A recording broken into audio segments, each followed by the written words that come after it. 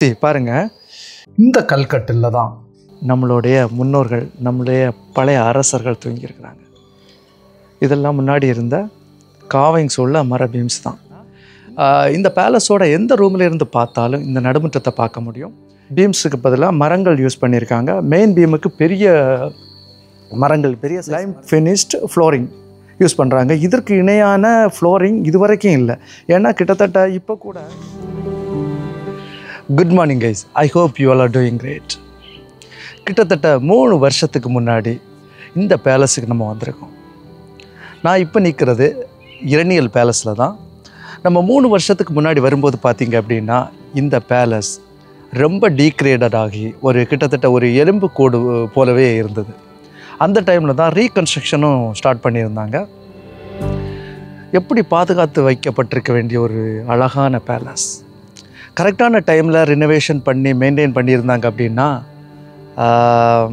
இப்படி ஒரு ரீகன்ஸ்ட்ரக்ஷன் பண்ண வேண்டிய ஒரு நிலைமை வந்திருக்காது. ரொம்ப அழகான பேலஸ், ஆனால் சரியான முறையில் பராமரிக்கப்படாததுனால ரொம்பவே ஸ்பாயில் ஆகிடுச்சு.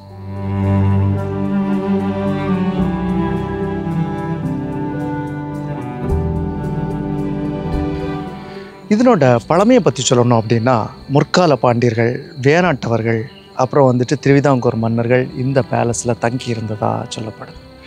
இதற்கு எந்த கல்வெட்டு ஆதாரங்களும் இல்லை, படியெடுக்கப்பட்ட கல்வெட்டு டீட்டெயில்ஸும் இல்லை. ஆனால் முக்கியமாக முற்கால பாண்டியர்கள் சம்பந்தப்பட்ட வேள்விக்குடி செப்பேட்டில் இந்த பேலஸை பற்றி சொல்லப்பட்டதாக சில வரலாற்று ஆய்வாளர்கள் சொல்கிறாங்க. எந்த அளவுக்கு பழமையான பேலஸ் இல்லைங்களா? சில 100 ஆண்டுகளாக பாதுகாத்து வைக்கப்பட்ட இந்த அழகான பேலஸ் ஜஸ்ட் ஒரு 30 இயர்ஸில் ஸ்பாயில் ஆகிடுச்சு. நான் சின்ன வயசில் இந்த பேலஸுக்கு வந்திருக்கேன். நான் சின்ன வயசில் இந்த பேலஸுக்கு வரும்போது பார்த்தீங்க அப்படின்னா ரொம்பவே டீக்ரேடட் ஆகலை. கொஞ்சம் ஓடுகள் மட்டுமே உடைஞ்சிருந்தது. அந்த ஓடுகளை பராமரிக்காததுனால இமீடியட்டாக அது தண்ணி உள்ளே போய் ஸ்பாயில் ஆகிடுச்சு. நான் சின்ன வயசில் இந்த பேலஸுக்கு வரும்போது பார்த்திங்கன்னா பிரமிச்சிருக்கேன். அந்த அளவுக்கு அழகான மரத்தாலான மற்றும் கல்லாலான சிற்ப வேலைகள் மற்றும் கார்விங்ஸ் ஒர்க்கு இந்த பேலஸுக்குள்ளே இருந்து பிரமிச்சிருக்கேன். அது ரொம்ப நாள் நீடிக்கலை. இங்கே உள்ள சமூக விரோதிகள் இந்த மரத்தாலான, அதாவது தேக்கு மரம் மற்றும் ஈட்டி மரத்தாலான நிறைய கார்விங்ஸ் இருந்தது. எல்லாத்தையுமே இங்கே உள்ள சமூக விரோதிகள் திருடிட்டு போயிட்டாங்க.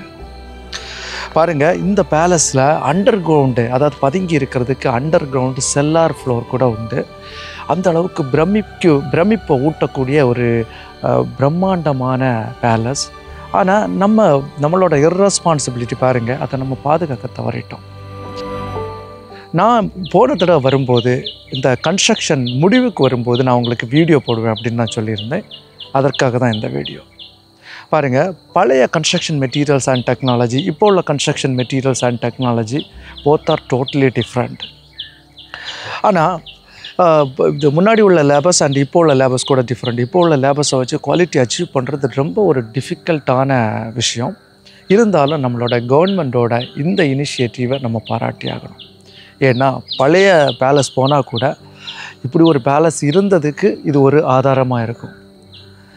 இப்போ நம்ம இருக்கிற இந்த இரணியல் 500,000 வருடங்களுக்கு முன்பு ரணசிங்கபாடி அப்படின்னு அழைக்கப்பட்டிருக்கு. ஏன் இது ரணசிங்கபாடி அப்படின்னு அழைக்கப்பட்டிருக்குதுன்னா, ஆக்சுவலி இரணியன் மற்றும் சிங்க முகம் கொண்ட பெருமாள் கதையோட இந்த ஊர் இணைத்து கூறப்படுது. அப்புறம் பார்த்திங்கன்னா வடகிழக்கு பகுதியில் கொஞ்சம் முன்னாடி போகும்போது கிபி 13ஆம் நூற்றாண்டை சேர்ந்த சிவனுக்கான ஒரு மார்த்தாண்டீஸ்வரர் கோயில் இருக்குது. ஏன் இந்த கோயில் மார்த்தாண்டீஸ்வரர் கோயில்னு அழைக்கப்படுதுன்னு பார்த்திங்கன்னா, வேணாட்டு அரசர்களுக்கும் இந்த கோயிலுக்கும் ஒரு பெரிய வரலாற்று தொடர்பு இருக்குது. அதாவது இந்த கோயிலை வேணாட்டு அரசர்களே கட்டி வேணாட்டு அரசர்கள் தான் வழிபாடு நடத்தியிருக்காங்க. அந்த அளவுக்கு ஒரு சிறப்புமிக்க கோயில் அந்த வடகிழக்கு பகுதியில் இருக்குது. ஏன்னா பொதுவாக வேணாட்டு அரசர்களை மார்த்தாண்ட என்கிற புகழ்மொழியோட அழைக்கப்படுறது வழக்கம். அப்புறம் பார்த்திங்கன்னா மார்த்தாண்ட ஈஸ்வரர்னா கடவுள், மார்த்தாண்டனா வேணாட்டு அரசர்களை குறிக்கிறது. அதாவது வேணாட்டு அரசர்கள் வழிபட்ட ஈஸ்வரர் மார்த்தாண்டீஸ்வரர், அதுதான் இந்த கோயில் மார்த்தாண்டீஸ்வரர்னு அழைக்கப்படுது. அப்புறம் நம்ம இந்த பேலஸுக்கு ஃப்ரண்ட்லேயே பார்த்திங்க அப்படின்னா ஒரு பாழடைஞ்ச குளம் இருக்குது. அழகான குளம், ரொம்ப பழமையான குளம், ரொம்ப ஆழமான குளம் வேறு. இப்படி ஒரு குளத்தை கன்ஸ்ட்ரக்ட் பண்ணணும் அப்படின்னா அந்த சுற்றுச்சுவர் வந்து ரொம்ப ஸ்ட்ராங்காக கன்ஸ்ட்ரக்ட் பண்ணணும். பார்த்திங்கன்னா ரொம்ப ஹைட்டான குளம். இப்படி ஒரு குளத்தை கன்ஸ்ட்ரக்ட் பண்ணணுன்னா சுற்றுச்சுவர் ரொம்ப ஸ்ட்ராங்காக, ரொம்ப விட்டாக கன்ஸ்ட்ரக்ட் பண்ணணும். ப்ராப்பர் என்ஜினியரிங்கை யூஸ் பண்ணி கட்டியிருக்காங்க. இப்போ பாழடைஞ்சு கிடக்குது. இந்த குளத்துக்கும் இந்த குளத்திலிருந்து தண்ணீர் வெளியே போக, ஆற்றுக்கு வெளியில் போக முன்னாடி ஓடை இருந்துருக்கு, இப்போ அடைபட்டிருக்கு. இங்கே உள்ள தொழிலாளர்கள்ட்ட பேசும்போது என்ன சொன்னாங்க அப்படின்னா, இந்த பேலஸ், சுற்றுச்சுவர், இந்த குளம், அப்புறம் வந்து பின்பகுதியில் இருக்கக்கூடிய பள்ளி மண்டபம் எல்லாமே சரி செய்யப்பட்டு பத்மநாபபுரம் அரண்மனை இப்போ வந்து சுற்றுலா பயணிகளுக்கு காட்சிக்கு வைக்கப்பட்டிருக்கு. அதுபோலவே எல்லாமே சரி செய்யப்பட்டு டூரிஸ்ட்டுக்கு பார்வைக்கு வைக்கப்படும் அப்படின்னு சொல்கிறாங்க. ரொம்ப சூப்பரில். ஃபுல்லாகவே ஸ்கஃபோல்டிங் மாட்டியிருக்காங்க. அதனால் போகிறதுக்கு கொஞ்சம் குனிஞ்சு தான் போகணும். இதுதான் வரவேற்பறை. இங்கே கன்ஸ்ட்ரக்ஷன் முடியாததுனால எல்லாம் ஸ்கஃபோல்டிங் ஒர்க் அப்படியே இருக்குது. பாருங்கள், எல்லாமே வுட், எல்லாமே உத்திரம், எல்லாமே புதுசு தான். தேக்கு மரத்தை தான் யூஸ் பண்ணுறாங்க.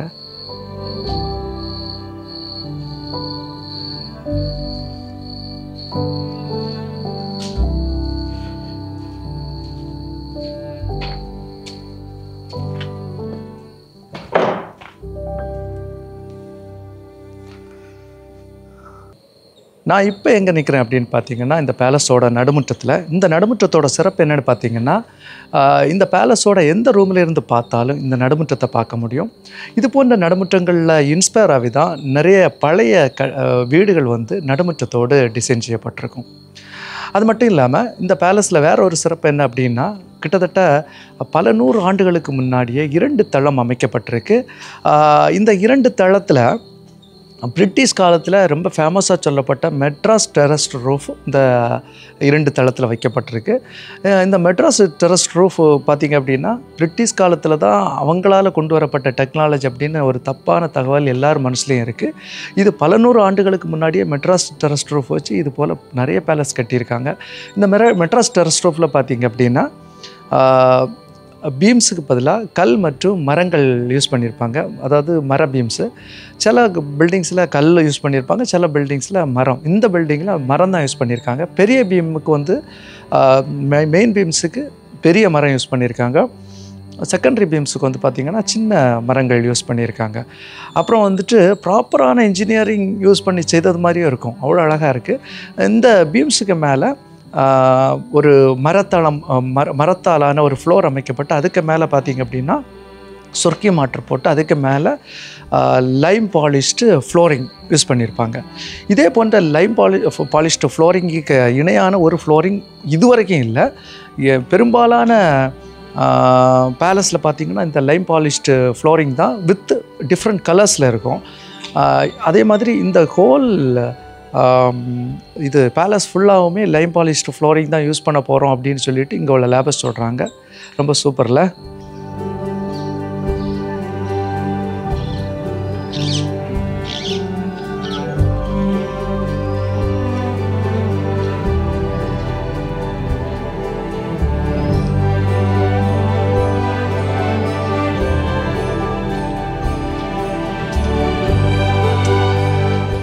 நாம் இப்போ நிற்கிறது துயில் மண்டபம், வசந்த மண்டபம் அல்லது அந்தப்புறம், எப்படி வேணாலும் சொல்லிக்கலாம். இந்த மண்டபத்தில் பிரம்மி பூட்டுற நிறைய ஈட்டி மற்றும் தேக்கு மரங்களாலான காவிங்ஸ், அப்புறம் வந்து கல்லாலான ஒரு கட்டில் இருக்குது. அதுலேயும் டிஃப்ரெண்ட் காவிங்ஸ் இருக்குது. இந்த காவிங்ஸ் எல்லாம் ரொம்ப டேமேஜ் ஆகிடுச்சு. சரி பாருங்கள், இந்த கல்கட்டில் தான் நம்மளுடைய முன்னோர்கள், நம்மளுடைய பழைய அரசர்கள் தூங்கியிருக்கிறாங்க. நான் சின்ன வயசில் இந்த மண்டபத்துக்கு வந்திருக்கேன். அப்போ கூரை ஃபுல்லாகவே இருந்தது. இந்த மண்டபத்தோட சிறப்பு என்ன அப்படின்னா, வெளியில் ரொம்ப ஹீட்டாக இருக்கும், உள்ளே வந்தால் ரொம்ப கூலாக இருக்கும். வெளியில் எவ்வளோ ஹீட்டாக இருந்தாலும் உள்ளே வரும்போது கூலாக இருக்கும். அந்தளவுக்கு ப்ராப்பர் வெண்டிலேஷனோடு அவங்க செய்திருக்காங்க. அது மட்டும் இல்லாமல் உள்ளே இருந்து பார்த்தா வெளியில் தெரியும், வெளியில் இருந்து பார்த்தா உள்ளே தெரியாது. அந்த அளவுக்கு அழகாக அவங்க ஜன்னலை இது பண்ணியிருப்பாங்க, ப்ளேஸ் பண்ணியிருப்பாங்க. ஒரு அழகான ஆர்கிடெக்சர். சரி, இப்போ கூட என்ன பாருங்கள், இதெல்லாம் பழைய மரம் தான், பழைய மரத்தூண் தான். அப்புறம் வந்துட்டு பழைய மர பீம்ஸ் வந்து இங்கே சைடில் வச்சுருக்காங்க பாருங்கள். இதெல்லாம் முன்னாடி இருந்த காவிங்ஸ் உள்ள மர பீம்ஸ் தான். இந்த மரம் மற்றும் செங்கலை தான் அவங்க வந்துட்டு ஒரு சாம்பிளுக்கு எடுத்திருக்காங்க. இதே மாதிரி செய்கிறாங்க. எந்த அளவுக்கு அதே மாதிரி செய்து எடுப்பாங்கன்னு எனக்கு தெரியலை. பார்ப்போம், இந்த வசந்த மண்டபம் முடியும் போது இதே மாதிரி பழையது மாதிரியே பண்ணுறாங்களா இல்லைன்னா அவங்க ஸ்டைலாக பண்ணுறாங்களான்னு பார்ப்போம். முன்னாடியெல்லாம் பார்த்திங்கன்னா இந்த மாதிரி காடு மாதிரி கிடையாது. இப்போ பராமரிப்பு இல்லாததுனால தான் ஃபுல்லாகவே காடு மாதிரி ஆயிடுச்சு. பாருங்கள், பழைய ரூஃபில் உள்ள உத்தரம் எல்லாம் உடஞ்சி கிடக்கு.